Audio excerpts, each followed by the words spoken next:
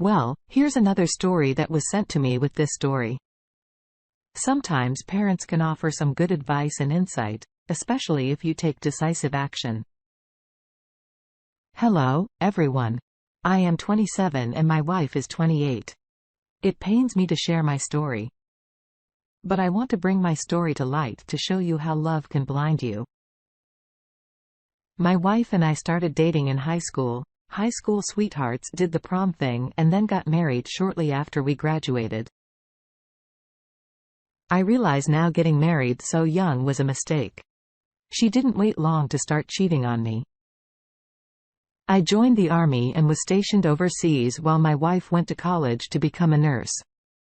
We kept in touch as much as possible, but it was hard being apart.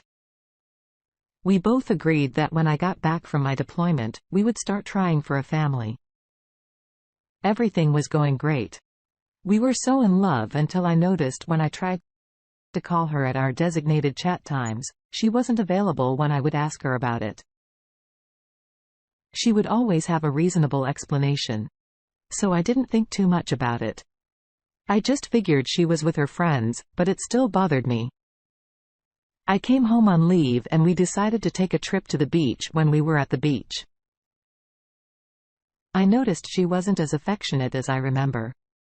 2 weeks go by and I had to go back to my post overseas, but I was due to come back home for good because my enlistment was up. I wasn't going to make the military a career. But in that time frame, our designated chat times were sporadic at best. And when we did chat, she seemed preoccupied and couldn't put her phone down. She was texting someone while we were chatting on this particular occasion. I asked who she was texting and she said it was one of her girlfriends, but I noticed she was blushing, which made me suspicious. The next day I decided to call her best friend to see if she could shed some light on the situation. And that's when I found out my wife was cheating on me. Her friend was so apologetic and she said my wife had been seeing this other guy for a few months. She also said that my wife was seeing this guy right before we were married. Then she said she wanted to tell me, but my wife begged her not to. Then she said I don't talk to her anymore. I stopped hanging out with her because of what she was doing. After talking to her friend for a few more minutes, I told her not to say anything about our conversation and she promised me she wouldn't. Fast forward a week and we missed 2 designated chat events from overseas, mostly because I didn't initiate them. At this point, I had nothing to say to her a week before I was to come home. I told my parents what has transpired and my mom told me to wait until I get home so we could talk about it as a family. But my dad was livid. He wanted to confront her and tell her off. I eventually agreed with my mom and told my dad. I didn't want to waste time talking to her.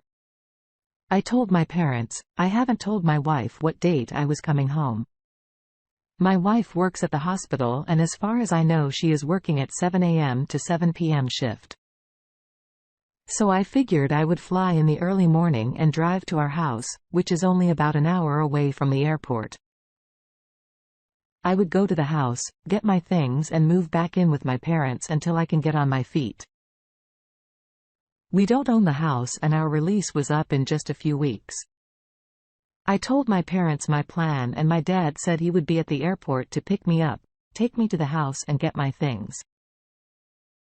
I fly home and everything goes as planned. I get my things and move back in with my parents. I avoid my wife like the plague. I don't want anything to do with her.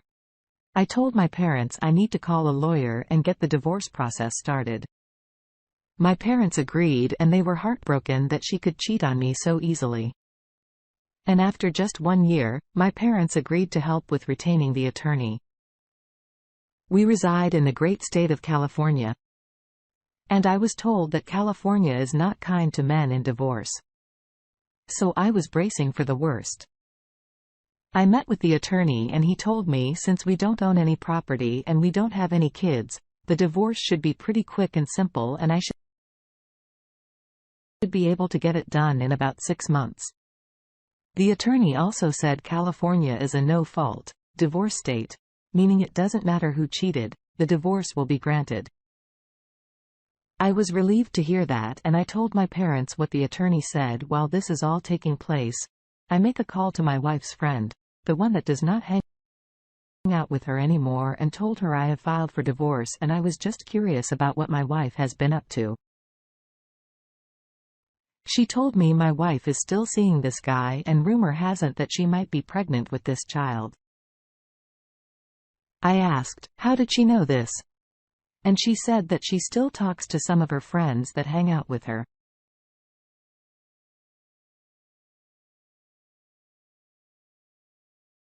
I told my parents what I found out, and they were happy that I started the divorce process quickly, as I did. 3 weeks go by and my ex-wife is served with divorce papers. I gave her the option of an uncontested divorce, which means she doesn't have to show up in court and she can sign the papers and it will be done. She refused, and I was told by my attorney that I would have to go to court, and since she is refusing to sign the papers, it will take a little longer, but it's still going to be pretty quick. But here comes the twist: the guy she was seeing dumped her and doesn't want anything to do with her or the unborn child. She has also been trying to reach out to her old friend, but she has ignored all of her attempts to contact her. My soon-to-be ex-wife is now all alone. She has no friends, and the guy she was seeing has bailed when I divulged all of this to my parents. The first thing my mom and dad told me was, please do not take her back. Please. I told them I have no intention of taking her back. I just feel bad for her. She is all alone. And has no one. My dad said she made her bed, now she has to lay in it. My mom agreed with my dad, as the divorce hearing nears. My ex-wife has been calling and texting nonstop. I have ignored all of her attempts, but I am tempted to see what she has to say. I confer with my parents and ask them what would they do if they were in my shoes, and what would they do if their significant other wanted to talk to them. My mom said I wouldn't talk to them if my mind is made up. They can't tell me anything that will make me change my mind. My dad said the same thing, but he also said you have to do what you think is right for you. After listening to my parents, it just made sense. There was nothing for me to say to her. I filed for divorce and wanted to get out of the marriage before any more damage was done. Right before the divorce hearing, my soon-to-be ex-wife's old friend reached out to me and said, if I needed her to testify on my behalf, she would be available. I thanked her for that and told her if I needed her, I would let her know at the divorce hearing. My soon-to-be ex-wife's attorney asked for a continuance because she wanted to try and work things out with me. The judge denied it and said that was not a compelling reason to continue this, and that we will proceed with the divorce hearing. We were only married a year. We didn't own anything together.